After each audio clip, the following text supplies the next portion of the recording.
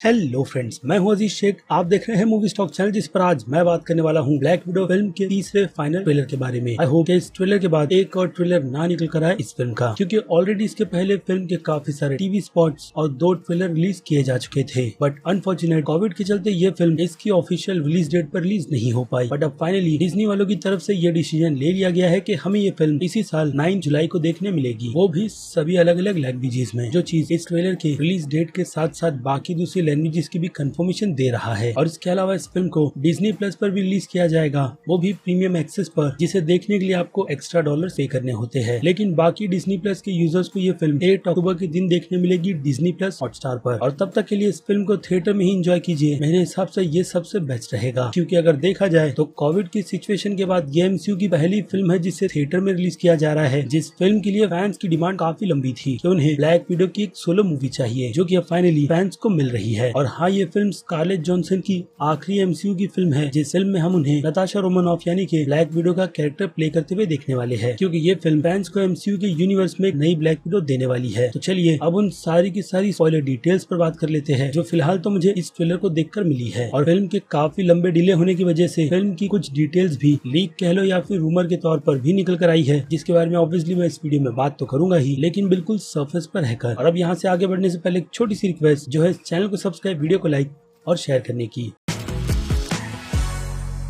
तो फ्रेंड्स, तो ट्रेलर की शुरुआत में ही ब्लैक विडो यानी कि नताशा रोमानॉफ हम फैंस से अपने बारे में यही कह रही है कि हम उसके बारे में ज्यादा कुछ नहीं जानते, जो कि सच भी है। कि ब्लैक विडो की पास्ट हिस्ट्री कैसी रही है एमसीयू के यूनिवर्स की, जिसका रेफरेंस ऑब्वियसली कॉमिक बुक से ही लेकर इस फिल्म को पूरी तरीके से प्रिपेयर किया गया है, लेकिन काफी सारे चेंजेस के साथ। और अगर उन चेंजेस की बात करें तो उसमें सबसे बड़ा चेंजेस है नताशा रोमानॉफ की पूरी की पूरी फैमिली, आई मीन नकली फैमिली, जिसमें रेड गार्डियन नताशा के पिता की तरह है। जबकि अगर कॉमिक बुक की बात करें तो कॉमिक बुक में रेड गार्डियन ब्लैक विडो का हस्बैंड था। और उसके अलावा मेलिना वॉस्कोव के कैरेक्टर को भी आयरन मैडिन के कैरेक्टर से हटाकर एक माँ का कैरेक्टर बना दिया गया है, जो शायद ब्लैक विडो के प्रोग्राम को ऑपरेट करती थी। और हाँ, रूमर उनकी इस फिल्म में टास्क मास्टर होने की भी है, कि फिल्म में टास्क मास्टर के कैरेक्टर का रोल वही प्ले करी है, बाकी और कोई भी नहीं। जिस पर अभी के लिए तो फैंस क्या कोई भी कंफर्मेशन बिल्कुल भी नहीं देगा, क्योंकि एक तो फिल्म के इतने सारे प्रोमो और ट्रेलर रिलीज करने के बाद भी एक कैरेक्टर्स के अपीयरेंस को अब तक दिखाया नहीं गया, जो नाम ओटी फैक बेनिल का है, जिनका कैरेक्टर इस फिल्म में क्या है वो अब तक ऑफिशियली रिवील नहीं किया गया। इसलिए टास्क मास्टर की सुई अब भी उन्हीं के कैरेक्टर पर अटकी हुई है। इसके अलावा कॉमिक बुक के टास्क मास्टर की ओरिजिन की बात करें तो टास्क मास्टर, जहां तक मुझे पता है, तो कॉमिक बुक में रशिया से नहीं बल्कि न्यूयॉर्क के ब्रॉन्ज सिटी से बिलोंग करता है। और उस कैरेक्टर को जिस तरीके से इस फिल्म में दिखाया गया है, उसे देखकर ये बात भी साफ होती है कि टास्क मास्टर का कोई ना कोई लेना देना ब्लैक विडो से तो है ही, यानी कि उसके पास से। और पास में हो सकता है कि ये दोनों एक काफी अच्छे दोस्त थे, या फिर हो सकता है कि दुश्मन, जिस दुश्मनी में शायद हो सकता है कि ब्लैक विडो ने टास्क मास्टर की ये हालत कर दी होगी, जिसके बाद रशियन गवर्नमेंट की तरफ से उसमें काफी सारे चेंजेस कर दिए गए, यानी पहले से काफी ज्यादा बेटर, जो बाकी सुपर हीरोज के मूव्स को देखकर उन्हें पूरी तरीके से कॉपी कर लेता या फिर कर लेती। क्योंकि आपको याद नहीं तो मैं आपको दी एवेंजर्स का वो सीन भी याद दिला देता हूँ, जिस सीन में लोकी नताशा से बात करते वक्त ड्रैकोवी के कैरेक्टर तक का नाम लेता है, जिसने कॉमिक बुक में नताशा को ब्लैक विडो बनाया था। और एक हिसाब से ड्रैकोवी ही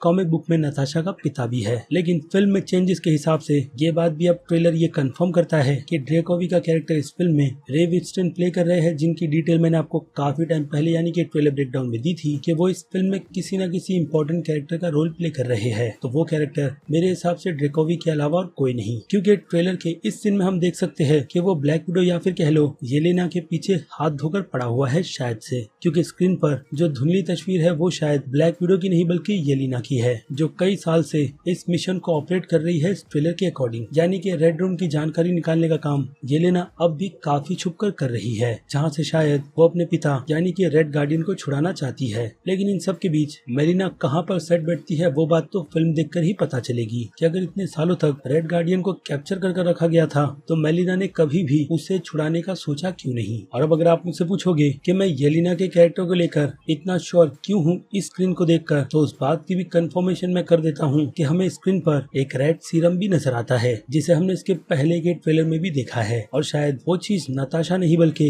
येलेना लेकर भागी थी, जो चीज ड्रेकोवी के लिए बहुत ही ज्यादा इम्पोर्टेंट है, जो शायद से सुपर सोल्जर सीरम हो सकती है, यानी कि रशिया की बनाई गई सुपर सोल्जर सीरम, जिसकी मदद से रेड गार्डियन को बनाया गया और शायद काफी अपग्रेड कर टास्क मास्टर को भी। और हाँ, टास्क मास्टर के कैरेक्टर को देखकर द बॉयज के ब्लैक नोयर की तो याद आती ही है, जिसे बॉयज क्यू सीरीज में कुछ इसी तरीके से ऑपरेट किया जाता है कैमरे की मदद से। और यहाँ पर भी ड्रेकोवी टास्क मास्टर को ऐसे ही ऑपरेट कर रहा है कि मानो जैसे टास्क मास्टर उसकी बेटी या फिर बेटा हो एमसीयू के यूनिवर्स की। और रही बात एजेंट थंडर रॉस की कि वो ब्लैक विडो के पीछे हाथ धोकर क्यों पड़ा है, तो उसकी एक ऑफिशियल एमसीयू की कॉमिक निकल कर आ गई है, जिसमें सारी की सारी डिटेल्स दी हुई है। और अगर आपने कॉमिक बुक नहीं पढ़ी तो उसे मैं जल्द से जल्द अपने इस चैनल पर एक्सप्लेन कर आपको उसकी भी डिटेल दे दूंगा कि इन दोनों के बीच किस तरीके के पंगे हो रखे हैं। और बाय द वे, अगर आप भूल गए हो तो मैं आपको ये भी याद दिला दूं कि इस फिल्म की टाइमलाइन अवेंजर्स एंड गेम के बाद की नहीं बल्कि सिविल वॉर के बाद की है। और अब ट्रेलर में दिखाई गई उस छोटी नताशा रोमानोफ की स्टोरी की बात कर ले, जिस कैरेक्टर का रोल प्ले इस फिल्म में मिला जोविच की बेटी एवर एंडरसन ने प्ले किया है। और साथ ही साथ हमें एक झलक छोटी येलेना यानी कि वॉयलेट ब्लैकगोवी की कैरेक्टर की भी नजर आती है, जो दोनों बचपन में बहनों की तरह रहती थी, जिस फैमिली में उनके माता पिता भी थे। तो हो सकता है कि ये 80s का पास अमेरिका का ही हो,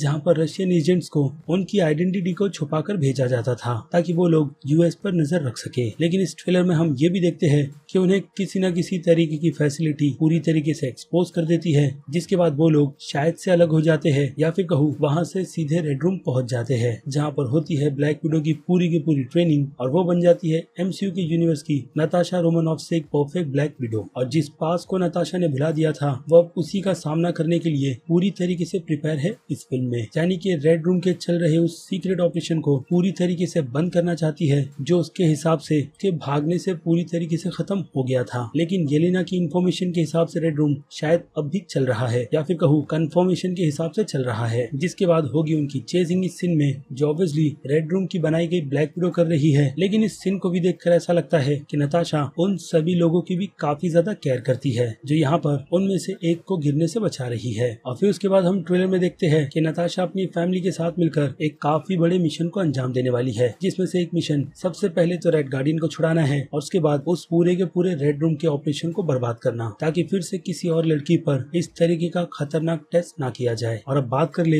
एक लीक हुए मेजर स्पॉइलर की, जिसकी मैं भी कंफर्मेशन फिलहाल तो नहीं करूंगा। तो रूमर के अकॉर्डिंग कहा यही गया है कि इस फिल्म में हमें एक डेथ देखने मिलने वाली है, जो डेथ और किसी की नहीं बल्कि डेविड हावर के कैरेक्टर रेड गार्डियन की होगी। और इसके अलावा येलेना के कैरेक्टर को भी लेकर हमें इस फिल्म में काफी बड़े ट्विस्ट एंड टर्न्स दिखाए जाने वाले हैं। पता नहीं इन डिटेल्स पर हमें ट्रस्ट भी करना चाहिए या नहीं, लेकिन अब डिटेल निकल कर आई है, भले से ही लीक के तौर पर, तो उस पर बात करना तो बनता ही है, खास करके अगर वो लीक्स काफी ज्यादा रूमर के तौर पर फैल रहे हो तो। बाकी अब आपकी क्या राय है ट्रेलर में दिखाई गई और मिला जुला कर बनाई गई थियरीज को लेकर, उस बारे में मुझे कमेंट कर जरूर बताइएगा। और इसके अलावा अगर आपको मेरी ये वीडियो जरा सी भी पसंद आई है तो मेरे वीडियो को लाइक कर भी। चलिए अब खत्म करते हैं वीडियो को यहीं पर। मैं हूँ अजीज शेख, आप देख रहे थे मूवी स्टॉक चैनल, जिसे अगर आपने अभी तक सब्सक्राइब नहीं किया है तो सब्सक्राइब कर लो और बगल में बने हुए इस बेल आइकन के साथ साथ नोटिफिकेशन को भी ऑल पर क्लिक कर दीजिएगा। बाकी मैं मिलूंगा जल्दी आपसे दूसरी किसी वीडियो में किसी और फिल्म या फिर किसी और सीरीज के टॉपिक पर बात करते हुए। तब तक के लिए आप मेरे चैनल के बाकी दूसरे वीडियोस को एंजॉय कीजिए और टिल देन बाय।